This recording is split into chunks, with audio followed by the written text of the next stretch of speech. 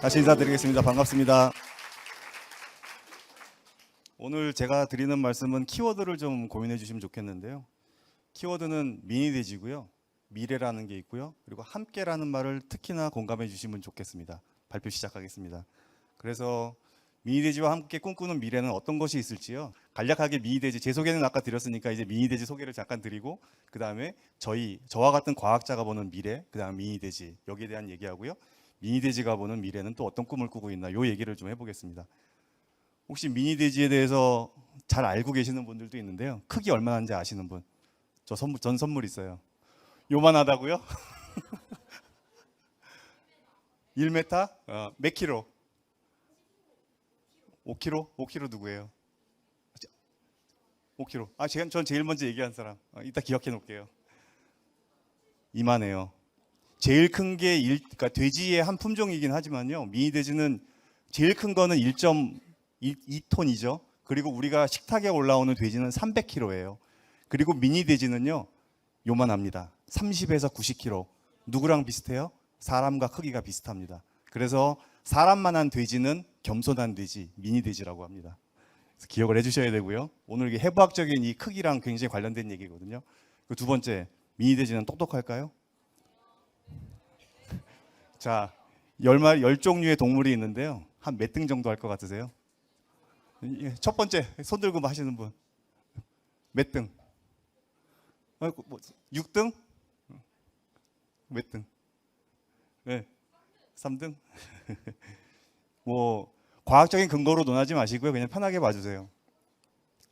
우리 애들이 이렇게 크는데 지능이 이렇게 발전을 하거든요. 거기에 5개 먼저 배열해 볼 거예요. 걔가 보더콜리 굉장히 똑똑하잖아요. 5등이네요. 우리 돼지는 바로 위에 있습니다. 제일 똑똑한 게 당연히 원숭이고요. 이 정도 수준으로 똑똑해요. 체격도 사람이랑 비슷하고 지능도 굉장히 뛰어나다는 것을 기억해 주시면 될 것 같아요. 그래서 책으로 쓴 사람이 있고요. 독일의 경제학자인데 이분이 재미있게도 상식을 깨는 얘기 중에 돼지 얘기를 잠깐 했어요. 3, 4세 아이와 같다라는 요 개념을 이해해 주시면 될 것 같아요. 요게 실제 미니돼지고요. 태어난 지 얼마 안 된 애들이긴 한데 이렇습니다. 실험에 쓰기에 너무 마음이 아프죠.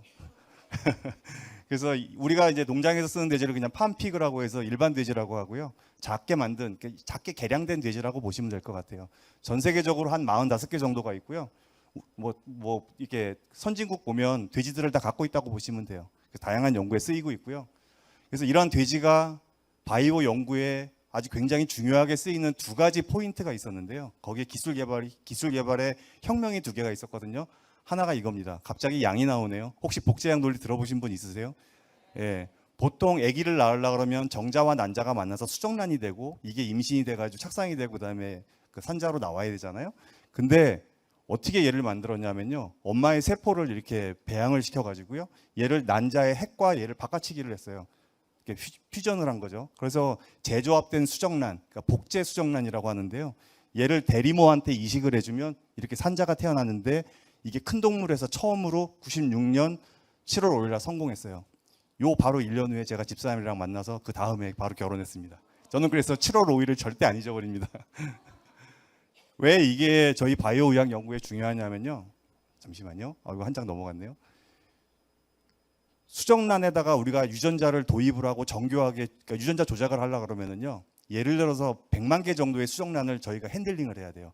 수정란 100만 개 할 수 있나요? 불가능해요. 그래서 어떻게 하냐면요. 세포는 할 수 있어요.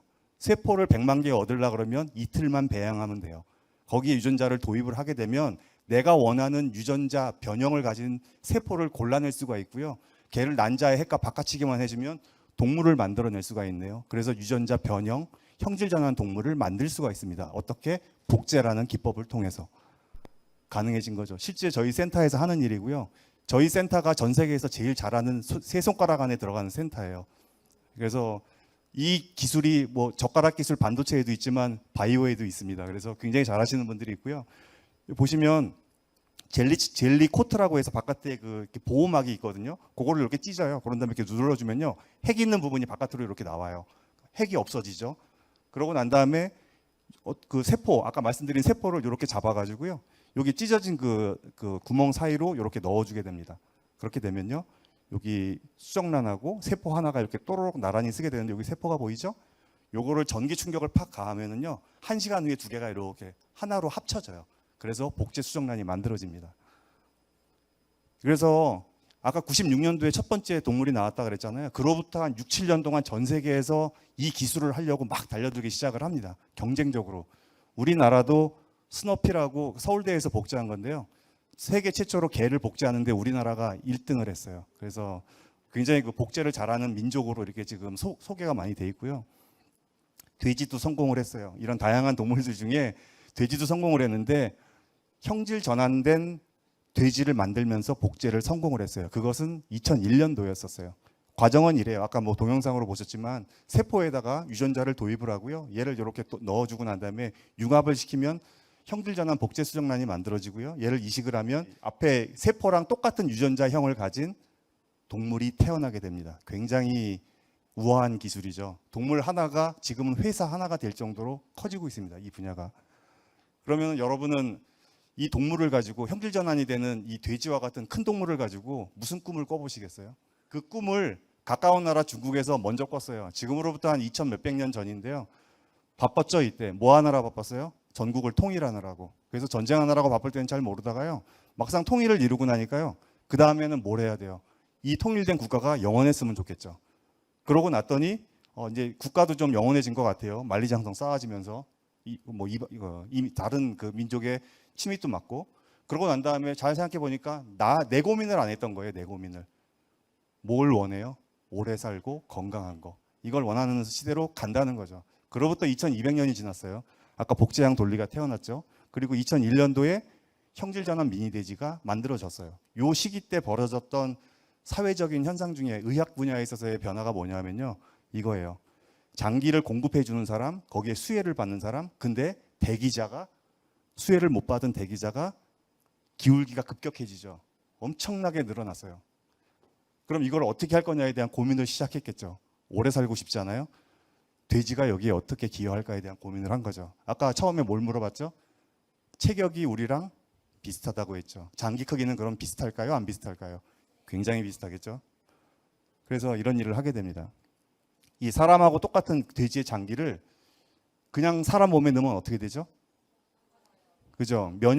사람의 면역 세포가 돼지 장기를 공격을 해서 돼지 장기도 망가뜨리고 결국 거기에서 염증이 발생하면서 그게 결국은 사람을 공격해서 사람도 위태로워지죠. 그래서 유전자를 조작을 해가지고요.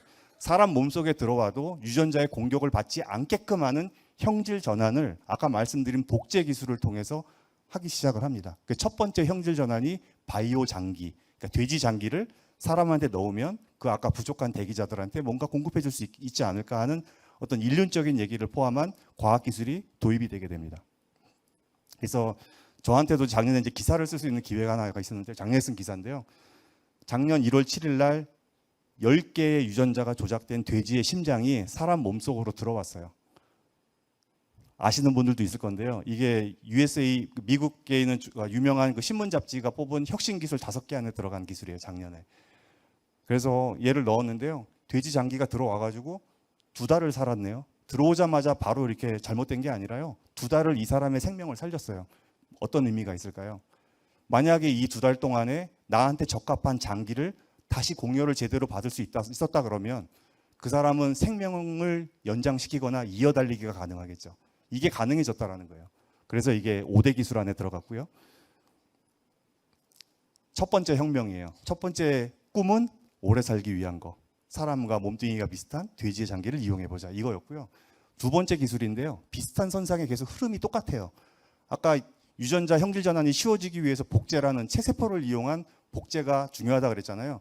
더 정교해졌어요. 여러분들이 잘 아시는 유전자 가위 기술. 가위라는 표현은 기자분들이 쓰는 이해를 돕기 위한 말인데요. 보통은 유전체 편집 기술 이렇게 많이 하고요. 유전자 교정 기술 이런 식으로도 많이 이야기를 합니다. 2013년도에 이게 세상 바깥으로 갑자기 확 튀어나오면서요. 모든 생명체의 유전자를 조작하는 일이 너무도 쉬워졌어요. 정교하게. 예를 들어서 내비게이션을 달고 그 유도탄이 가서 폭격을 하듯이 정확한 곳을 정밀 타격이 가능한 교정 기술이 만들어진 거예요. 유전자를. 그래서 다양한 형질 전환에 대한 정교한 형질 전환이 가능해졌고요. 저희 센터가 꾼 꿈인데요. 뭘 하려고 그랬냐면요. 이거예요. 일반 그 태어난 지 얼마 안 된 돼지들은 동물 관리해 주시는 분들이 이렇게 오게 되면 뒷걸음질 쳐서 도망을 가는 게 야생성이고 이게 본능이에요. 근데 얘를 유전자 교정을 하면요, 사람을 따라오고요, 어떤 경우에는 강아지처럼 배를 뒤로 눕히고 긁어달라 그럽니다. 신기하죠? 단지 유전자 하나를 교정했을 뿐인데, 예를 들어서 우리가 우울증에 걸렸어요. 근데 우울증에 걸렸는데 그 어떤 우울증 유전자를 알고 있어서 그걸 유전자 교정 기술로 우리가 임시적으로 그거를 우리가 블로킹할 수 있다 그러면 멘탈도 관리가 가능하겠죠. 유전자 하나가 행동을 바꾸고 정신세계를 바꿨다고 저는 지금 생각하고 있어요. 그래서 이런 분야의 연구들이 앞으로 계속 아마 관심 받게 될 거라고 생각을 하고요. 덩치도 비슷하고 똑똑한 동물만이 가능한 분야라고 감히 말씀드릴 수 있습니다. 그래서 지금 현재 과학자들이 꾸는 꿈들 중에 여러 가지가 있는데요. 이런 것들입니다. 어떤 돼지는요, 지방이 적어요. 그래서 닭가슴살 좋아하시는 분들 많잖아요. 단백질, 고단백을 좋아하시는 분들. 돼지도 그렇게 만들어지고 있어요, 지금. 지방층이 이렇게 얇고요. 근육이 이만해요. 보시면 여기 엉덩이가 좀 빵빵하죠. 스쿼트 한 것처럼. 그리고 돼지의 몸속에서 돼지 장기 하나를 없애고요, 사람의 세포를 가지고 장기를 만드는 연구를 하고 있어요. 그 장기를 사람한테 다시 쓰려고. 굉장히 윤리적인 허들이 있는 문제긴 하지만 그런 연구가 시작됐어요. 미래의 기술이죠.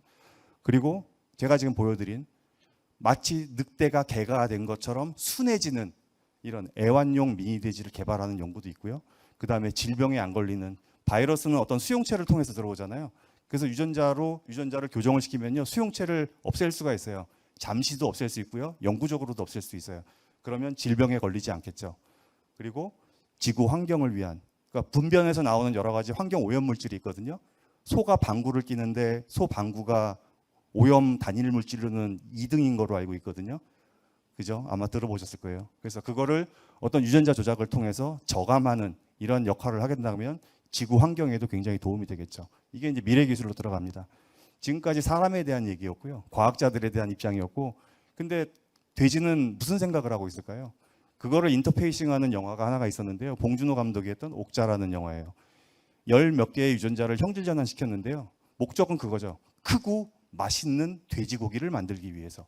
근데 막상 그 유전자 13개를 넣어서 만들었더니 얘가 갑자기 똑똑해지고 사람하고 공감이 되고 나를 길러주는 어린 소녀의 위기를 구해주기도 하고 교감이 가능해졌어요. 마치 아바타처럼. 이게 뭐냐는 거죠. 그래서 우리가 지금 이제 공감의 시대잖아요. 동물도 사람이랑 같을 수 있다라는 거. 진화라는 거는 다 같은 하나로 보는 게 되게 중요한 얘기거든요. 거기에서 올 수 있어요. 유전자 몇 개만 조절하면 우리가 뭐 돼지가 되는 건 좀 이상하지만 돼지도 사람처럼 공감 능력을 가질 수가 있습니다. 그래서 지금 필요한 시대는 이겁니다. 상대방의 입장이 되어보는 거죠. 실험을 하더라도 동물을 가지고 실험을 할 때 그 입장에서 내가 누워있는 이런 느낌이어야 되고요. 그래서 지금은 누가 힘들거나 할 때 이겁니다. 옆에 지금 친구들 중에서도 힘들거나 뭐 고민을 하거나 이런 친구들이 있으면 제일 처음 필요한 게 뭐예요? 그죠? 그 입장이 돼보는 거잖아요. 그 과정은 이거예요. 나도 그런 경험이 있었던 거를 되살려보는 거죠. 그렇게 되면 그 입장에 대한 그 어떤 기분이나 감정이나 이런 거를 알게 되고 위로하는 단계로 넘어가게 됩니다. 그렇게 되면 그 둘의 관계는 또 다른 방향으로 더 커지겠죠. 그죠? 그래서 이 동물의 입장과 사람의 입장, 아까 뭐 지구 대기도 말씀해 주셨지만요. 지금 많은 거를 고려해야 되는 사회예요. 그래서 아까 제가 기사 하나 보여드렸잖아요. 그 마지막에 썼던 키워드가 이거예요.